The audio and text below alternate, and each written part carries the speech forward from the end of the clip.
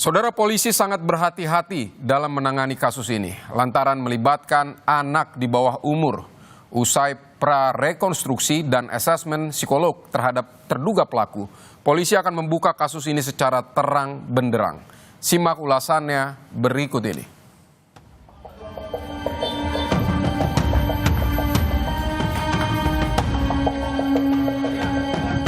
Pemeriksaan, asesmen, psikolog, anak berhadapan dengan hukum. Secara terang benderang kita bisa kumpulir semua hal-hal yang kita perlukan penyidik supaya lebih membuat peristiwa ini terang benderang.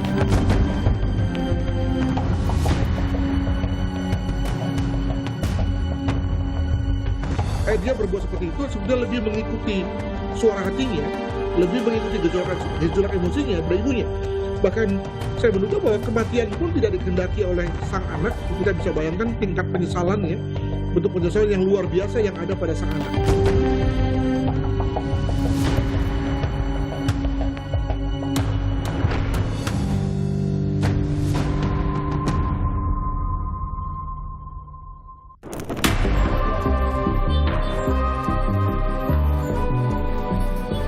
November menjelang pagi, warga Jalan Dwi Kora, Tanjung Rejo, Kecamatan Medan Sunggal, Kota Medan, Sumatera Utara dikejutkan oleh kejadian memilukan. Pembunuhan seorang ibu rumah tangga berusia 42 tahun diduga dilakukan anak perempuannya yang masih duduk di bangku SD. Pembunuhan ini terungkap sekira subuh saat anak sulung korban mendapati tubuh sang ibu penuh luka di dalam kamar lantai 1. ALM, suami korban yang tidur di kamar lantai 2, datang dan melihat si bungsu memegang pisau, sementara korban sudah tak bernyawa. Suami korban lapor polisi, selanjutnya jenazah korban dibawa ke rumah sakit Bayangkara Medan. Kepada salah satu tetangga, ALM bilang bahwa kematian korban akibat perbuatan si anak bungsu. Anaknya yang bunuh, sekitar umur 12 tahun, lebih kurang. Kalau kondisi luka-luka ada, Pak? Banyak.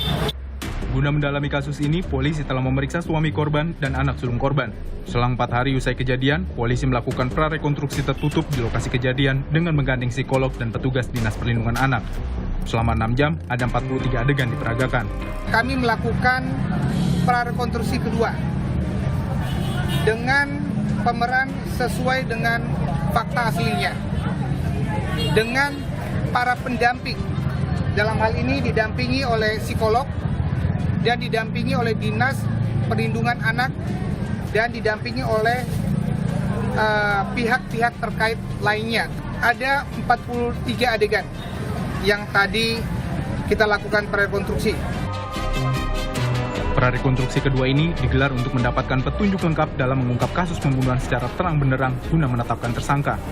Tim masih melakukan proses penyelidikan lanjutan dan proses penyidikan lanjutan sambil menunggu hasil pemeriksaan asesmen psikolog anak berhadapan dengan hukum. Mudah-mudahan ini lebih menyempurnakan proses penyidikan dan proses penyelidikan lanjutan yang kami laksanakan. Semua hal-hal yang kita perlukan penyidik supaya lebih membuat peristiwa ini terang benderang. Kasus pembunuhan ibu rumah tangga di dalam rumahnya masih menjadi misteri. Meski dugaan awal pelaku merupakan anak bungsu korban, tetapi polisi belum menetapkan tersangka pembunuhan. Masih ada kemungkinan hasil penyidikan polisi menemukan terduga pelaku lain.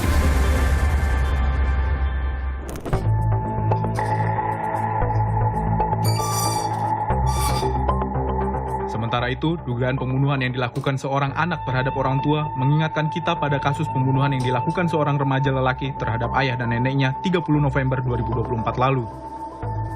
Berdasar keterangan polisi, pembunuhan terhadap ayah dan nenek terjadi saat para korban sedang tidur. APW sang ayah dan AP sang ibu tidur di kamar mereka di lantai 2. Saat itu, pelaku menyerang kedua korban dengan menggunakan benda tajam. Dalam kondisi terluka, kedua orang tua pelaku turun ke lantai 1. Sementara itu, RM nenek pelaku yang keluar kamar usai mendengar kegaduhan turut menjadi korban. AP, ibu pelaku, berhasil menyelamatkan diri keluar rumah sambil minta tolong warga. Diketahui, ayah dan nenek pelaku ditemukan tak bernyawa di lantai 1. Alat bukti itu jelas dari barang bukti, kemudian dari saksi-saksi, kemudian pengakuan atau keterangan dari yang melakukan. Jadi udah cukup untuk kita menaikkan status orang dari saksi menjadi tersangka. Anak ini mengakui tindakannya?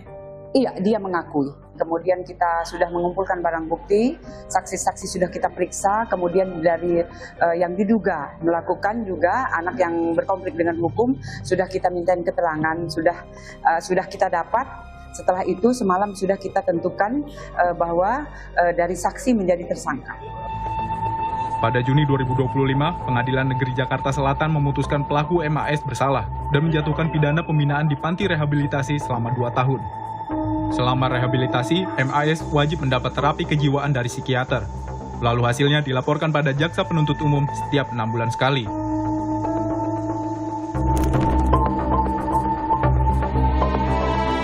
Pembunuhan yang terjadi pada keluarga APW dan AP sangat mengejutkan pihak keluarga. Rangga Aditya, paman pelaku, mengaku sempat tidak percaya keponakannya dapat melakukan perbuatan di luar nalar. Sepengetahuan Rangga, sikap APW dan AP terhadap anak tunggal mereka juga sangat lembut. Nggak percaya sih sebenarnya ya, karena kan keluarga ini kan keluarga yang super hangat ya ibaratnya ya. Terus juga nggak ada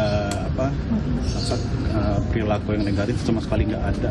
Di sini tuh rumah yang hangat begitu ibaratnya. Kalau kesini pasti isinya ketawa ceria pokoknya. Terus kan kayak tiba-tiba pas hari Sabtu itu dengar berita begitu, saya benar-benar shock sih.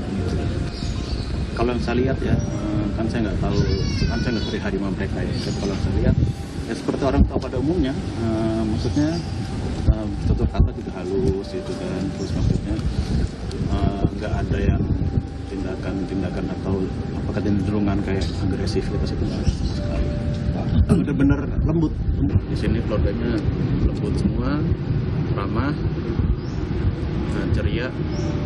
Ya gimana keluarga yang hangat, nggak ada konflik atau apa gitu. Selama mengenal keponakannya, Rangga tidak pernah melihat hal janggal pada AS. Meski dikenal pendiam, AS mudah bergaul dan pintar. Sosok anak ini sebenarnya pendiam ya, agak pendiam sebenarnya. Cuma dia berbaur dengan sepupunya, main bareng tuh akrab gitu. Terus kan akademisnya juga pintar gitu kan. Ya kayak anak-anak pada umumnya lah. Motif pelaku anak berhadapan dengan hukum menghilangkan nyawa orang tuanya beragam. Namun, pada dasarnya ada 2 motif yang melatar belakangi, diantaranya dendam atau sakit hati. Secara sederhana, motif hanya 2, motif emosional atau motif instrumental. Dikatakan motif emosional yaitu ketika seorang anak yang melakukan pidana meluapkan untuk mengeksternalisasi perasaan-perasaan negatifnya. Marah, benci, sakit hati, dendam, cemburu, frustrasi, tidak berdaya, atau serbaneka perasaan-perasaan negatif lainnya, itu adalah motif instrumental. Ini tidak ada urusannya dengan emosi, tidak ada urusannya dengan perasaan. Terkait kasus dugaan anak bungsu korban sebagai pelaku pembunuhan, pakar viktimologi UI menyebut, selain sebagai subjek hukum, ABH atau anak yang berhadapan dengan hukum bisa jadi merupakan korban dari berbagai persoalan sosial, psikologi, maupun kondisi lingkungan yang kompleks. Ini tidak sederhana untuk menjelaskannya gitu. Barangkali terduga juga adalah korban dari lingkungannya, korban dari situasi pengasuhan, korban dari kondisi rumah tangga, korban dari kondisi lingkungan, korban dari hubungan pertemanan. Harus diasesmen secara serius ya, apakah ini ada faktor mental, faktor kejiwaan, faktor biologis, faktor saraf dan sebagainya, harus dikaji dan diasesmen oleh pihak kepolisian dengan melibatkan para pakar-pakar terkait ya, baik psikolog, psikiater, pakar pendidikan, dan juga memperhatikan juga lingkungan sekitar. Karena bisa jadi ini adalah dampak dari kekerasan yang terjadi di lingkungan sekitar. Sementara itu, kriminolog Universitas Indonesia menilai, dalam kasus pembunuhan terhadap orang tua yang dilakukan si anak, bukan berarti anak berhadapan dengan hukum secara sadar berniat menghilangkan nyawa sang orang tua. Belum adanya kemampuan berpikir dan mengendalikan emosi dapat mendorong anak secara spontan menghilangkan nyawa orang tua sendiri.